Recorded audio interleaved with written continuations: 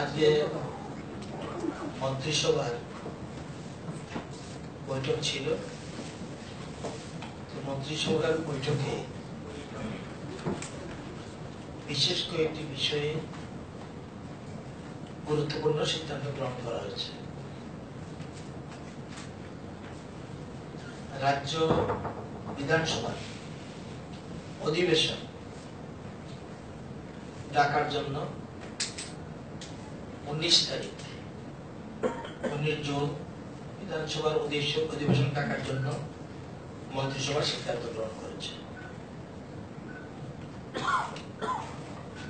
এছাড়া আমরা আরো কয়েকটি গুরুত্বপূর্ণ সিদ্ধান্ত গ্রহণ করেছি। আপনারা জানেন যে ক্রাইম এগেইনস্ট ওমেন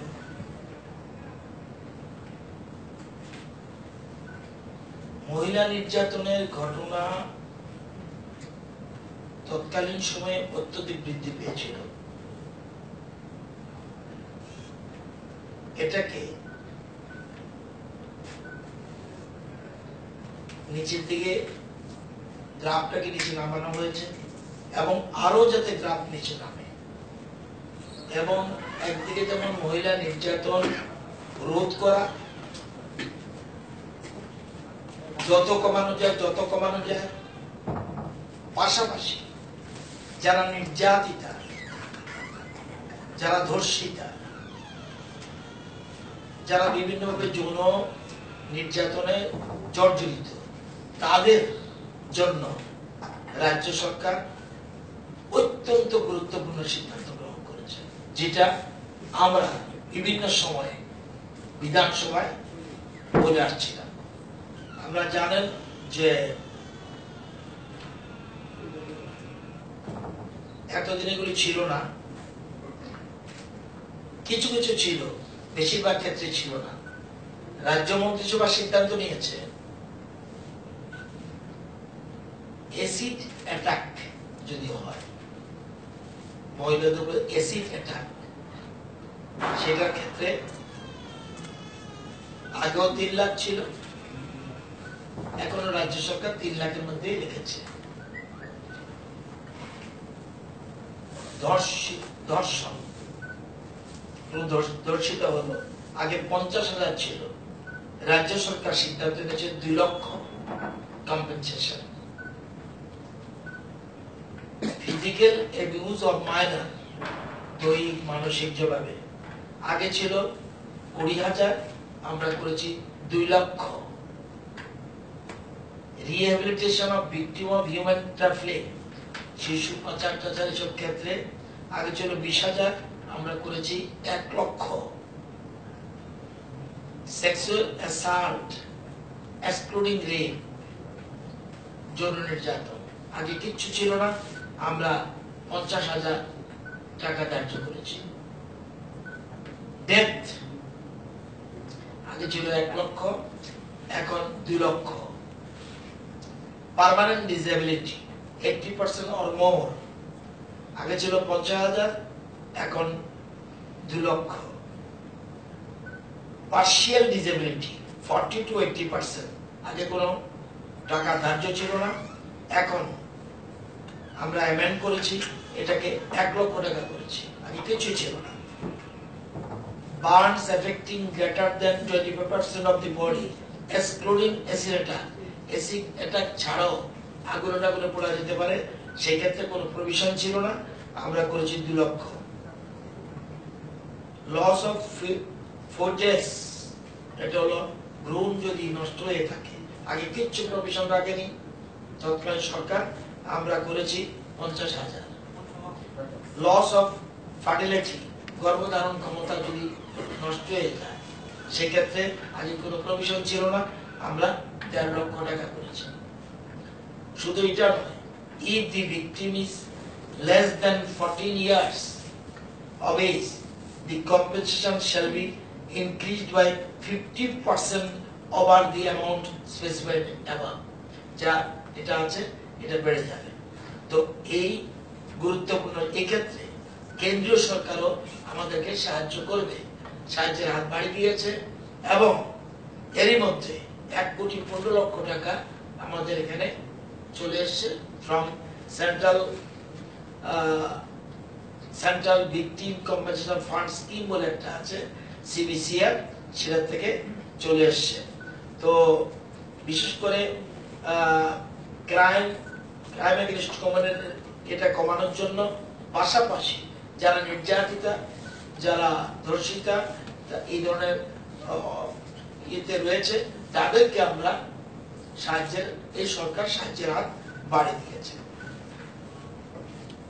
যদিও সিআরপিসির প্রভিশন ছিল, তা জানেন আপনারা যে section 357A code of criminal procedure code amendment হওয়ার পর এগুলিতে সিদ্ধান্ত ছিল দেওয়ার, কিন্তু কোনো সময় দেওয়া হয়নি এবং বিভিন্ন রাজ্য সরকার কোথাও কম, কোথাও বেশি এবং কোথাও নেই।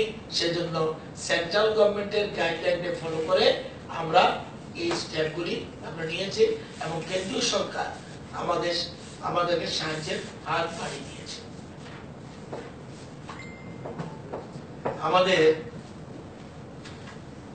আপনারা জানেন যে আমাদের রাজ্যে তথাকথিত a complete ban on the manufacture, import, storing, transport, sale and use of plastic carry bags এগুলোর জন্য ব্যান আছে, থাকলেও সেটা সেরকম ভাবে সবল নয়, অ্যাক্টিভ নয়। এবং এক্ষেত্রে আমরা ইন্ট্রোডিউস করতে যে mechanism monetary penalty spot fine, যেটা আগে আমরা এটা করতে গিয়ে এবং সেটাকে আমরা এনহ্যান্স করেছি।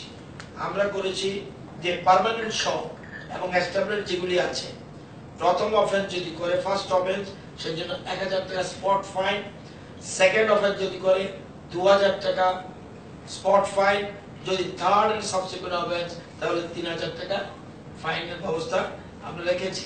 এবং temporary or mobile shops established এগুলো যদি থাকে, টেম্পোরারি যেমন কোনো দোকান, পানের দোকান বা কোথাও, সেক্ষেত্রে ফার্স্ট অফেন্সের জন্য 500 টাকা, সেকেন্ড অফেন্সের জন্য 1000 টাকা, থার্ড এন্ড সাবসিকুয়েন্ট অফেন্সের জন্য 1500 টাকা আমরা প্রভিশন রেখেছি।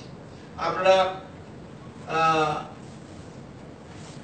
আরেকটা সিদ্ধান্ত, আমরা সুপ্রিম কোর্টে রাজ্যের প্রায়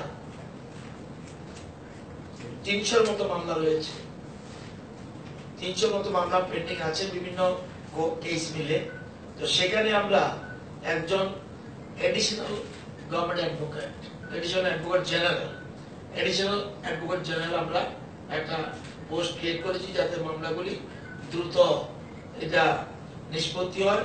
সেই জন্য আমরা শ্রী মানন কুমার মিশ্রকে আমরা সেখানে সিনিয়র অ্যাডভোকেট যিনি আছেন ওনাকে আমরা অ্যাডভোকেট জেনারেল দায়িত্ব দিয়েছি, যাতে দ্রুত সম্ভব সেগুলি মামলাগুলি নিষ্পত্তির ব্যবস্থা করা। আমরা আরেকটা গুরুত্বপূর্ণ সিদ্ধান্ত করেছি। আপনারা জানেন যে আমাদের রাজ্যে 10,323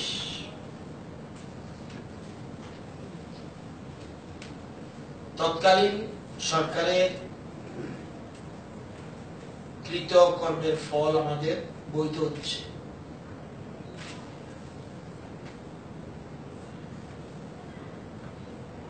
আমরা আমাদের রাজ্যে শিক্ষকের প্রচুর অভাব, বর্তমানে 12,222 জন শিক্ষক শিক্ষিকার পোস্ট ভ্যাকেন্ট রয়েছে। টেট বা এসটিবিজিটি পরীক্ষা দিয়ে বোর্ড থেকে পরীক্ষা দেওয়ার পরও আমরা শিক্ষক পাচ্ছি না, অথচ রাজ্যে 7,29,877 জন ছাত্রছাত্রী রয়েছে এবং 4,928টা স্কুলে, এবং সেই স্কুলগুলিতে বর্তমানে 40,658 জন শিক্ষক শিক্ষিকা রয়েছে। তো আমরা বিএড অর্থাৎ কোয়ালিটি টিচার পাচ্ছিও না। আমাদের রাজ্যে মাত্র 6টা বিএড কলেজ রয়েছে। তো এদিকে বর্তমানে যে 10,323 জন শিক্ষক এটা নেই, বর্তমানে আছে 9,853। এদের মধ্যে কেউ কেউ চাকরি পেয়ে অন্য জায়গায় চলে গেছে, বা যে কোনো সংখ্যা বর্তমানে 9,853। তো আমরা আমাদের রাজ্য সরকার সিদ্ধান্ত নিয়েছে, আমরা সুপ্রিম কোর্টে যাচ্ছি একটা পিটিশন দেওয়ার জন্য, যাতে আমাদের যাতে একটা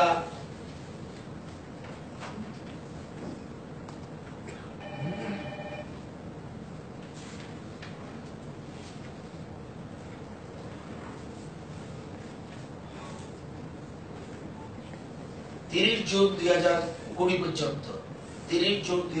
পর্যন্ত 9,853 জন শিক্ষক যে রয়েছে তাদেরকে যেন ফার্দার একটা, আমরা জানি it is a tough matter, still আমাদের ইন্টেনশন অফ দিস গভর্নমেন্ট যে যারা রয়েছে তাদেরকে আপাতত আমরা যাতে তাদেরকে কিছুটা কাজে লাগাতে পারি, আমাদের গুণগত শিক্ষক নেওয়া সাপেক্ষে পাওয়া সাপেক্ষে আরেকটা স্কোপ দেওয়ার জন্য আমরা সুপ্রিম কোর্টে একটা স্পেশাল লিভ পিটিশন আমরা যেটা দিচ্ছি, যেটাকে এটা আমরা দায়ের করতে যাচ্ছি। সেজন্য আমাদের রাজ্যে এটা শুধুমাত্র শিক্ষামন্ত্রী পারবে না, সেই জন্য এটা ক্যাবিনেট ডিসিশন দরকার।